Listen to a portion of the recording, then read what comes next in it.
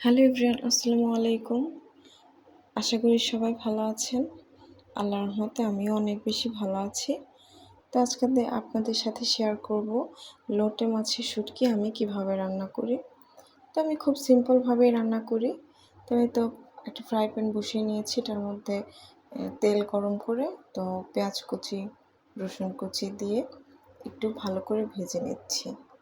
তো আমি এটাকে একটু লাল লাল করেই ভেজে নিব। মোটামুটি আমার ভাজা হয়ে এসছে। এরপর এটার মধ্যে আমি শুটকিগুলো দিয়ে দিব, কারণ আমি শুটকি সহ একটু ভাজবো। আমি তেলের মধ্যে শুটকিগুলোকে হালকা একটু ভেজে নেব। তো আমি শুটকির সাথে পেঁয়াজ রসুনটা একটু ভেজে নিচ্ছি।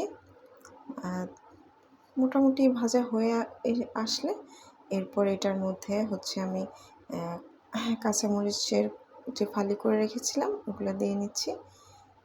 এরপর এটার মধ্যে মশলা অ্যাড করব। তো আমি পরিমাণ মতো হলুদ গুঁড়ো দিয়ে নিচ্ছি। তো আর মরিচের গুঁড়ো দিয়ে নিব।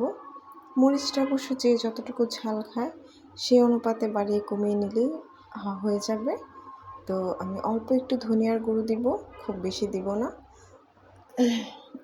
এই তো মশলাগুলোর সাথে আবার একটু ভেজে নিলাম, হালকা একটু ভেজে নেব। এরপর পরিমাণ মতো লবণ দিয়ে নিচ্ছি। তো আমার মোটামুটি একটু ভাজা হয়ে এসছে। এখন এটার মধ্যে পানি অ্যাড করে দেব। তো যে যেরকম, কেউ একটু ঝোল খেতে পছন্দ করে, কেউ একটু কম ঝোল খেতে পছন্দ করে। আমি অবশ্য এত বেশি শুটকিতে ঝোল খাই না। এই তো মোটামুটি ঝোল দিয়ে রান্না করে